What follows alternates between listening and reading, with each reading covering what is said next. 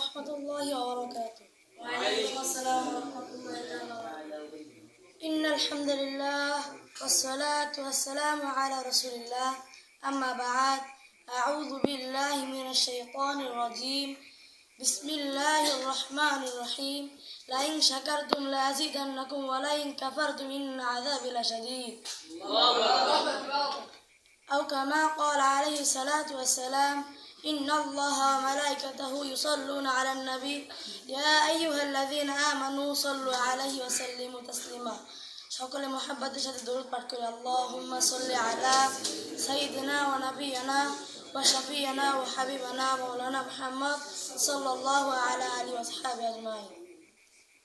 মুআজ্জাজ মুহতারাম, আজকে প্রতি সপ্তাহে ন্যায় এই সাংস্কৃতিক অনুষ্ঠানে আমরা আসতে পেরেছি। এখানে উপস্থিত আছেন সম্মানিত সভাপতি, সম্মানিত বিশেষ অতিথি এবং আমার সামনে উপস্থিত ছাত্র ভাই বন্ধুরা, সকলকে জানাচ্ছি আন্তরিক শুভেচ্ছা ও মোবারকবাদ ও আবারও সালাম। আসসালামু আলাইকুম ওয়া রাহমাতুল্লাহি ওয়া বারাকাতুহু। ওয়া আলাইকুম আসসালাম। আমরা সর্বপ্রথম সেই রবের দরবারে শুকর জানাচ্ছি যে রব আজকে আমাদেরকে এই সুন্দর একটি জান্নাতের বাগান, যেটা একটি দুনিয়ার মধ্যে একটি জান্নাত, যে জান্নাতের বাগানে আল্লাহ তাআলার নামে গান গাওয়া হয়, তার রাসূলের শানে গান গাওয়া হয় এবং আল্লাহ তার রাসূলের সম্পর্কে আলোচনা করা হয়। সেই আলোচনার মধ্যে আজ আপনারা এবং আমি এখানে আসতে পেরেছি। এই জন্য শুকর জানাচ্ছি সেই মহান রবের দরবারে। সকলে বলছে আলহামদুলিল্লাহ। দরুদ পাঠ করব সেই মহান মানবের উপর, যে মানবকে সৃষ্টি না করলে আজ আপনি আমি এখানে আসতে পারতাম না, কিছু কথা বলতে পারতাম না, আর আপনারা কিছু কথা শুনতে পারতেন না। সেই মহান মানবের দরবারে সকলে দরুদ পাঠাই। সকলে বলে সাল্লাল্লাহু আলাইহি ওয়াসাল্লাম। আল্লাহ তাআলা দুনিয়ার মধ্যে অসংখ্য নবী রাসূল প্রেরণ করেছেন। তার মধ্যে চারজন নবী শ্রেষ্ঠ নবী: হযরত দাউদ আলাইহিস সালাতু ওয়াস সালাম, হযরত মূসা আলাইহিস সালাতু ওয়াস সালাম, হযরত ঈসা আলাইহিস সালাতু ওয়াস সালাম, আর একজন হচ্ছে আমাদের প্রিয় নবী, আমাদের প্রিয় সুলতান হযরত মুহাম্মদ সাল্লাল্লাহু আলাইহি ওয়াসাল্লাম। এসব নবীগুলোর মধ্যে সর্বশ্রেষ্ঠ নবীকে আমাদের নবী, প্রিয় নবী। কথা বলেন ঠিক না? আল্লাহ তাআলা দুনিয়ার মধ্যে 104খানা আসমানি কিতাব প্রেরণ করেছেন। তার মধ্যে 4টি কিতাব শ্রেষ্ঠ: তাওরাত, জাবুর, ইনজিল ও কোরআন।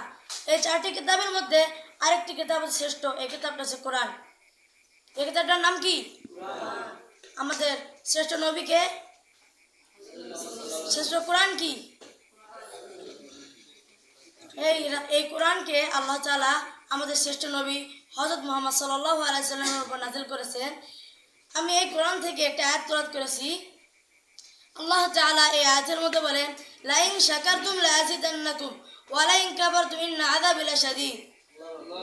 আল্লাহ তাআলা এই আয়াতের মধ্যে বলেন, যে ব্যক্তি আমার নিয়ামত পেল এবং শুকরিয়া আদায় করলো, আমি তাকে আমার নিয়ামত দ্বারা আরো পূরণ করে দিলাম।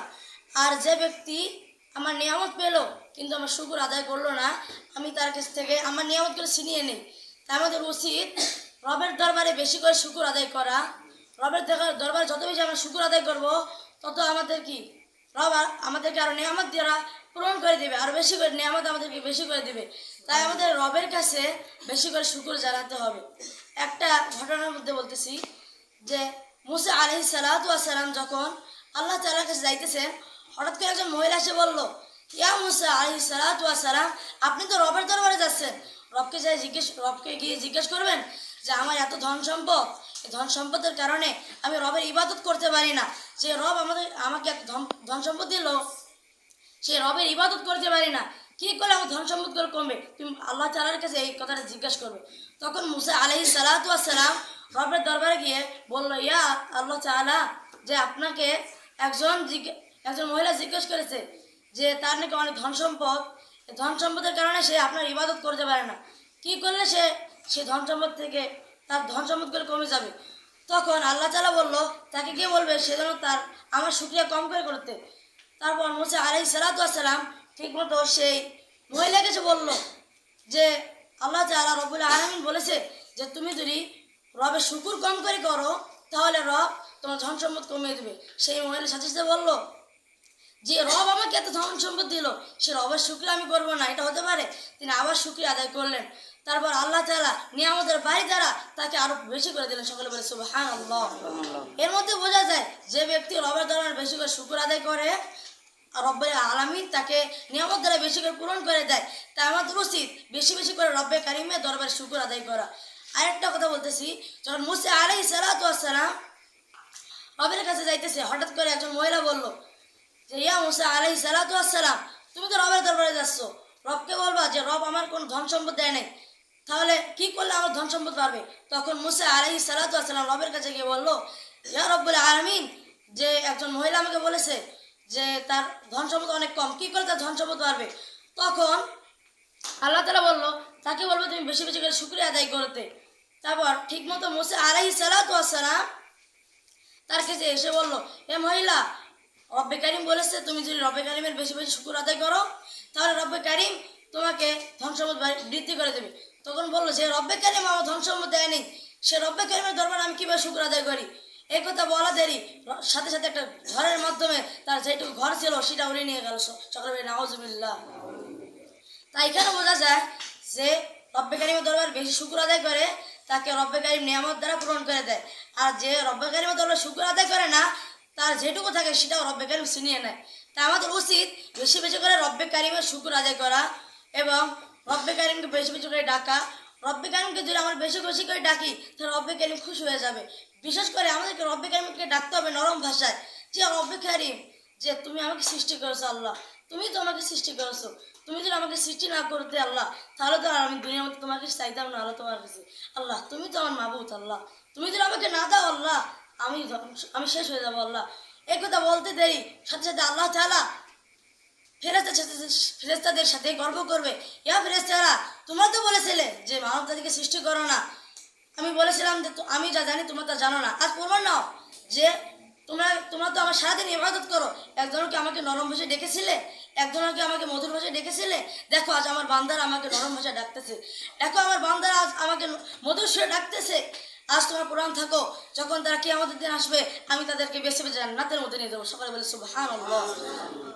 তাই আমাদের উচিত বেশি বেশি করে রব্বে কারিমকে ডাকা এবং তার শুকরিয়া আদায় করা এবং রব্বে কারিমকে ভালোবাসা। আমরা যদি রব্বে কারিমকে ভালোবাসতে চাই তার রাসূলকে ভালোবাসতে হবে। আল্লাহ তাআলা কোরআনুল কারীমের মধ্যে বলেছেন, কুল ইন কুনতুম তুহিব্বুনাল্লাহা ফাত্তাবিউনি ইউহিব্বুকুমুল্লাহু ওয়া ইয়াগফির লাকুম যুনুবাকুম আল্লাহু গফুরুর রহিম। সকলে বলুন আল্লাহু আকবার। এই আয়াতের মধ্যে রব্বে কারিম বললেন, তোমরা যদি আমাকে ভালোবাসতে চাও তাহলে আমার রাসূলকে অনুসরণ করো, আমার রাসূলকে ভালোবাসো, তাহলে আমাকে ভালোবাসা হয়ে যাবে। তখন কেননা আমি অতি ক্ষমাশীল এবং অনেক দয়ালু। তাই আমাদের উচিত রব্বে কারিমের প্রিয় হাবিব, প্রিয় রাসূল মুহাম্মদ সাল্লাল্লাহু আলাইহি সাল্লামকে ভালোবাসা এবং তাকে অনুসরণ করা। যে মহান মানব আমাদের জন্য কত কষ্ট করেছেন, তাইফের ময়দানে কত আঘাত খেয়েছেন, কত মার খেয়েছেন, তবু একবারও তিনি আমাদের জন্য গজব নাজিল করার জন্য একবার রবের কাছে ফরিয়াদ জানাননি। কিন্তু হযরত নূহ আলাইহিস সালাতু ওয়াস সালাম যখন তার উম্মতেরা তাকে আঘাত করতো, মারতো, তখন তিনি সহ্য না করতে পেরে রব্বে কারিমের কাছে ফরিয়াদ জানালো, ইয়া রব্বে কারিম, আমার উম্মতরা আমাকে মারতেছে, আমার উম্মতরা আমাকে আঘাত করতেছে, আমি সহ্য করতে পারছি না, আমার উম্মতকে তুমি ধ্বংস করে দাও। তখন আল্লাহ তাআলা হযরত নূহ আলাইহিস সালামের দোয়া কবুল করে নিলেন এবং নূহ আলাইহিস সালামকে বললেন যে ইয়া নূহ, তুমি একটা নৌকা বানাও। নৌকা বানার পর কিছুদিন পর বড় একটা বন্যা চলে আসলো। তখন আল্লাহ তাআলা নূহ আলাইহিস সালামকে বলল যে যারা ইসলাম গ্রহণ করেছে তাদেরকে তুমি নৌকার মধ্যে তুলে নাও, আর যারা ইসলাম গ্রহণ করেনি তাদেরকে তুমি নৌকার মধ্যে তুলো না।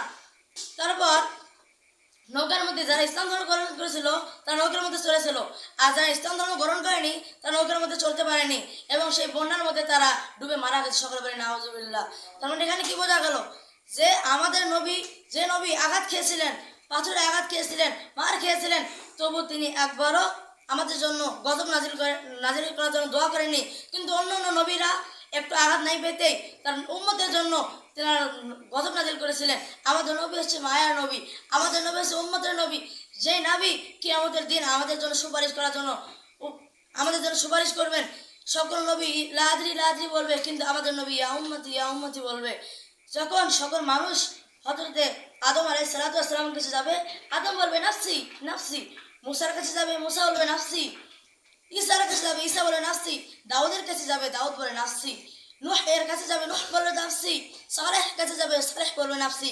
কিন্তু আমাদের প্রিয় নবী তিনি বলবেন ইয়া উম্মতি, ইয়া উম্মতি, কোথায় আমার উম্মতরা, আমাকে চলে আসো, আমি তোমাদের জন্য ফরিয়াদ করব, কোথায় তোমরা চলে আসো। তখন সেই উম্মতরা নবী করিম সাল্লাল্লাহু আলাইহি সাল্লামের কাছে যাবে, রাসূল পাক সাল্লাল্লাহু আলাইহি সাল্লাম তাদেরকে বেছে বেছে নিয়ে জান্নাতের মধ্যে চলে যাবেন। সকলে বলে সুবহানাল্লাহ। তাহলে দেখেন আমাদের নবীর মজাটা কেমন, আমার নবীর ভালোবাসা কেমন। তাই আমাদের উচিত রব্বে কারিমকে ভালোবাসা, তার রাসূলকে ভালোবাসা, রব্বে কারিমকে অনুসরণ করা, তার রাসূলকে অনুসরণ করা।